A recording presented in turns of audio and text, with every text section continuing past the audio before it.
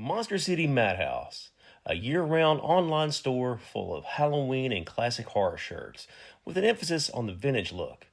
Use code SAVE10 for 10% off your order. MonsterCityMadhouse.com. Free shipping and financing's available.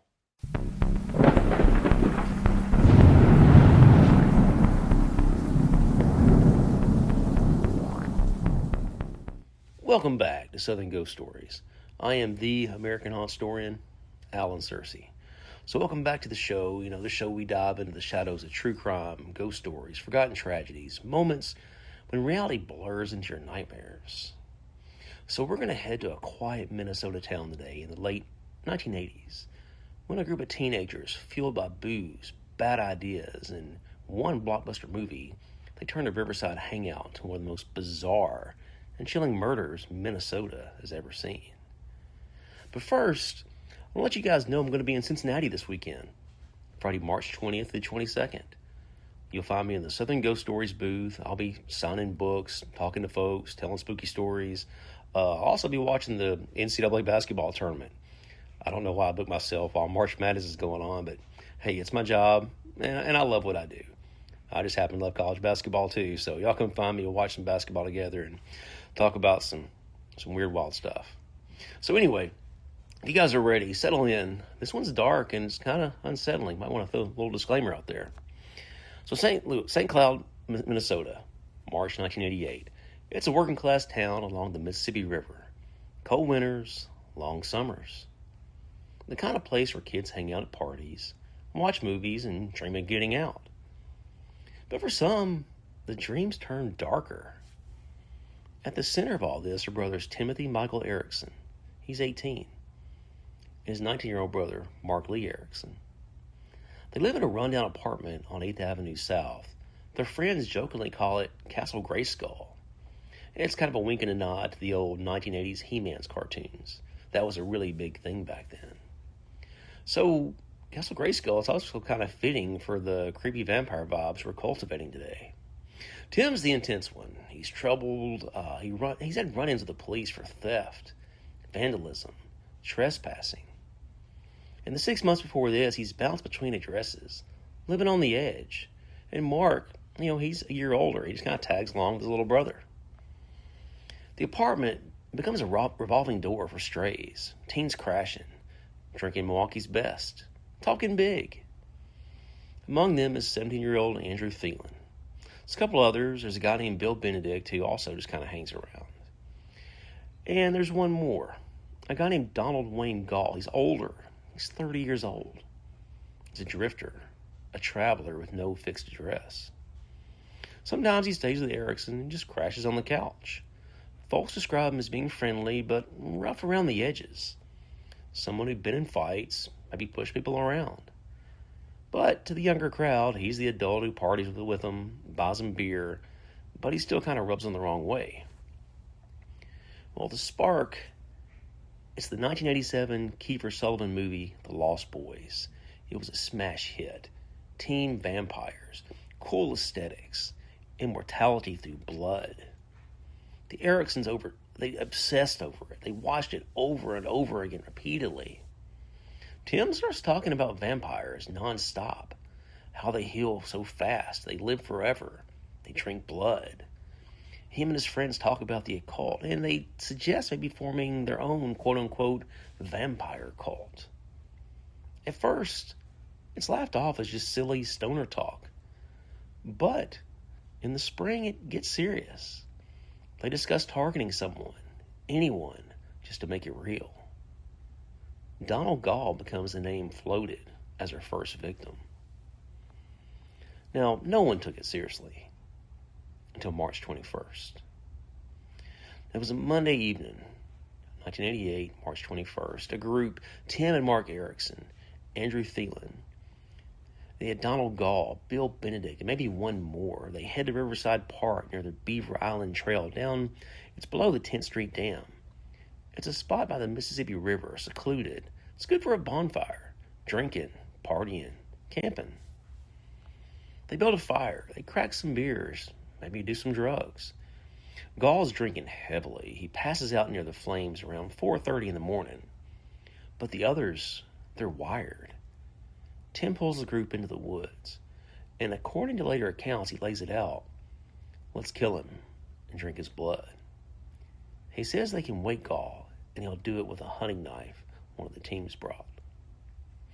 Now Mark refuses, says no way, but Tim, Andrew, and the 13-year-old kid that came with him, they go back to the fire. The attack was savage. Tim beat Gall with a tree branch or club while he was unconscious. He cracked his skull wide open. The others, they kicked him, pummeled him until he's out cold. Then Tim took the knife. He pulled Gall's head back. He slit his throat, deep. Gall bled out fast, silently. But it doesn't end there. In the firelight, Tim and at least 2 others start licking the blood from the knife, and also on their hands. Tim later bragged. He drank it. He felt the power, like the movie promised, immortality and healing. They pushed the body toward the river and let the current take it away. They stole his jacket, his watch, his wallet, then scatter. Some head home. They just acted like nothing happened. Well, Gall's body floated downstream, and it was discovered soon after. But the confession came from a very unlikely source. 2 days later, it was early March 24th, Bill Benedict, drunk and rattled, wandered into the St. Cloud Law Enforcement Center around 4 o'clock in the morning. He reported the murder. Police rushed to Riverside Park, and they found Gall's body in the river nearby. They tracked down Tim Erickson at the St. Cloud bus terminal. He's trying to skip out of town, but they hauled him in. They read him his Miranda rights. At first, he denied everything, but forensic came back quick. Blood on his jacket, his boots, and the blood type matched Gall. Evidence hit him like a truck. Tim broke down. He started crying and confessed right there in the interrogation room. Now, the initial admission, it wasn't recorded on tape, but he repeated the whole thing almost immediately to a police stenographer. A 14-page statement that just laid it all out there. In his own words, he described the talk in the woods, how he suggested killing Gall to drink his blood, how Mark refused, but he, Andrew Thielen, and a 13-year-old boy went along. He admitted beating Gall unconscious with a branch or log while the others kicked him. Then he pulled out his hunting knife. He yanked Gall's head back, slit his throat, and he bled out. Then the ritual. He and at least 2 others licked the blood straight from the knife blade and just bragged how they got drunk on Gall's blood, like it made him immortal, just like in The Lost Boys. He even told his friends back at the apartment it wasn't that big of a deal, showing off Gall's stolen jacket and his watch as proof. The details poured out, the planning, the frenzy, the vampire fantasy turned real. It's chilling, raw, unfiltered, straight from the killer's mouth. Police arrested Andrew Thielen, Mark Erickson, and the juvenile too. 4 teens implicated in total. Now, as you would expect, the story exploded. Headlines screamed, vampire slaying, national attention, UPI, newspapers everywhere, from New Orleans to New York. St. Cloud real, Satanic Panic grips the town. Parents worry about the occult, heavy metal music, movies turning kids evil. The rumors are flying. Full cult. More victims were planned. It's 1988, the height of fears over Dungeons and Dragons, backward messages and rock songs. But investigators find no real cult, just drunk, troubled teens mixing fantasy with rage. Gall had argued with some earlier, maybe pushed them around. Alcohol and drugs fueled the rest. So Tim Erickson's trial kicked off in the Sherburne County District Court later in 1988, and it was quick by modern standards, but it was intense. The case drew crowds. The quote-unquote vampire murder label had everybody talking. And the trial was split into 2 phases, and it's in the first phase, Tim, he pleads not guilty by reason of voluntary intoxication and mental illness.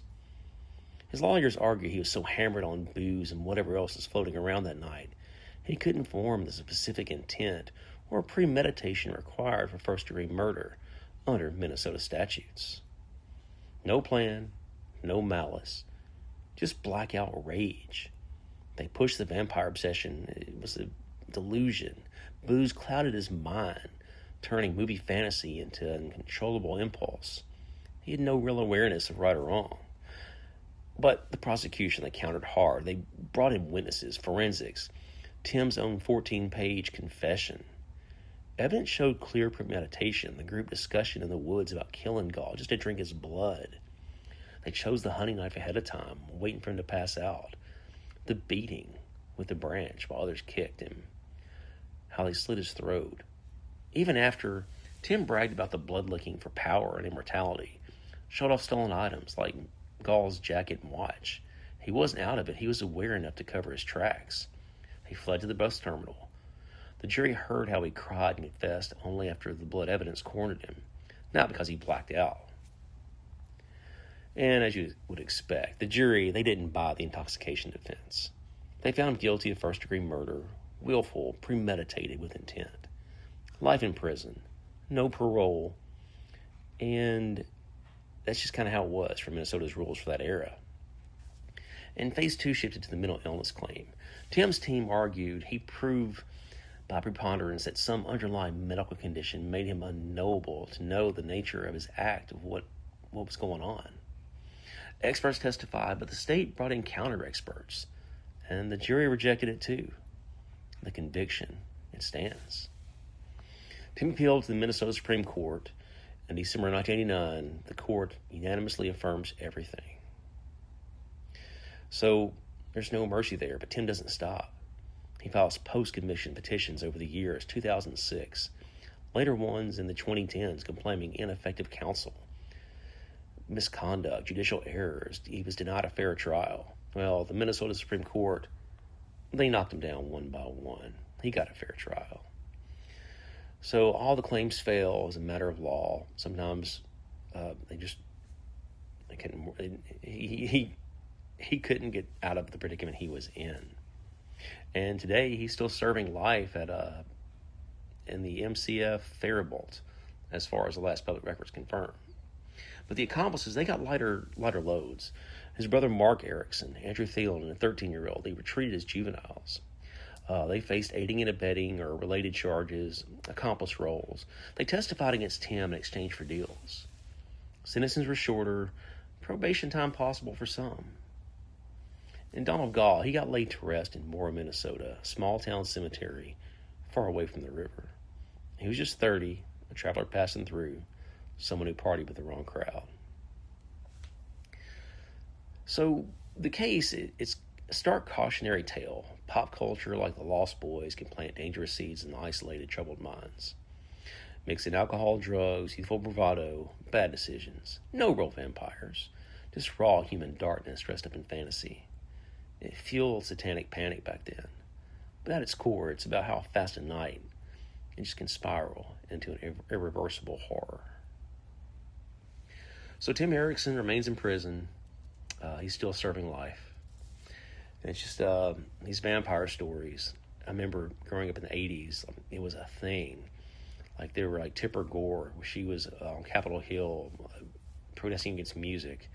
Ozzy Osbourne, they were saying he was dark and evil and is warping kids' minds. I just remember all this vampire stuff. It was huge back in the 80s. Motley Crue, I remember my parents wouldn't let me listen to Motley Crue. But anyway, so I'm heading to Cincinnati, and I was talking to someone over the weekend. They said, hey, what's like the best Cincinnati ghost story?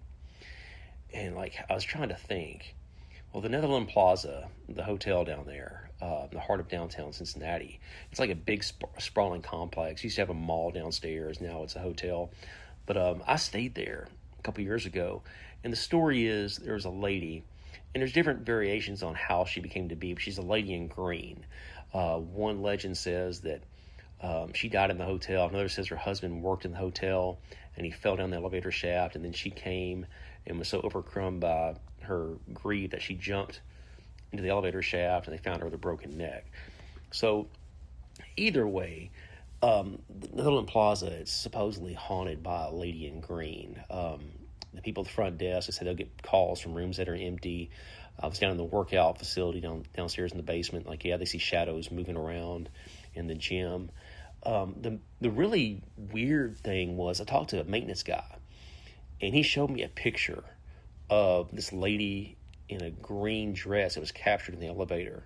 It was taken by a guest, and it was sent to an employee, and the employee sent it around. I asked if he sent it to me, and he said he couldn't. But if you go to the Netherlands Plaza, they'll tell you about the lady in green. They may even show you a picture. But the picture I saw, you could see like this opaque lady in a green dress standing there on the elevator. So it's pretty wild, and I wish that he would have sent it to me because I could post that on Facebook or something and get a ton of views. But no, it is a thing. In Cincinnati, there's so much history. You got to think, man, at one time, Cincinnati, Ohio was the 5th largest city in the country. A lot of German immigrants came there during the 19th century, and it's still a very large city. Of course, now it's kind of got lost in the shuffle behind New York City, LA, Chicago, Phoenix. There's a lot of other cities that have grown faster. But still, Cincinnati's still a large city. When I wrote the book, I mentioned Old Man Ned earlier, but the grave robbing was rampant in Cincinnati. So I'm looking forward to going back up there this weekend. So yeah, be sure you guys come by the Southern Ghost Stories booth. I'll be up there signing books. Told you guys I'll be watching basketball. But please come bother me. That's what I'm there for. It's going to be a good time. And April 30th, the next book drops. I've been teasing it. Pistols at Red River, the Andrew Jackson dueling story. It's actually kind of buy one, get one free on the duels. There's 2 duels in the book. So Andrew Jackson's buddies and his opponent's buddies kind of got in on the action, started dueling amongst themselves. And it's a weird, wild story, but I mean, it's legit. It's like it was actual history. Andrew Jackson was a wild guy. There's a lot of pushback on him. He's a very polarizing figure, but just call him balls and strikes, man. He was a wild guy. And the dueling story is fascinating. He was married to a married woman, and he was the butt of every joke in every saloon in Nashville because of it. So he got tired of it and decided, hey, I'm going to fix this. I went up to the Red River and handled it like a man, shot a dude in a suit. So anyway, wrapping things up. Yeah, be sure you're following Southern Ghost Stories on Facebook or Instagram. Drop me some questions. Did a Q&A episode. When was it? A week or so ago. And I'm going to do another one next month. I've got a few questions kind of in my back pocket. But I love interacting with you guys and answering your questions and getting some feedback from you. So also be sure you leave a review. Go to Apple Podcasts, Spotify, wherever you found this podcast. Please leave a review and send me some messages on Facebook questions. I'll get back with you guys. And yeah, come see me in Cincinnati this weekend. I'm really looking forward to it. And I'll see you guys again on Friday. Check out the exclusive shirts from Monster City Madhouse, Gravestone, Rocktober, and Val Halloween. All that and much more at MonsterCityMadhouse.com.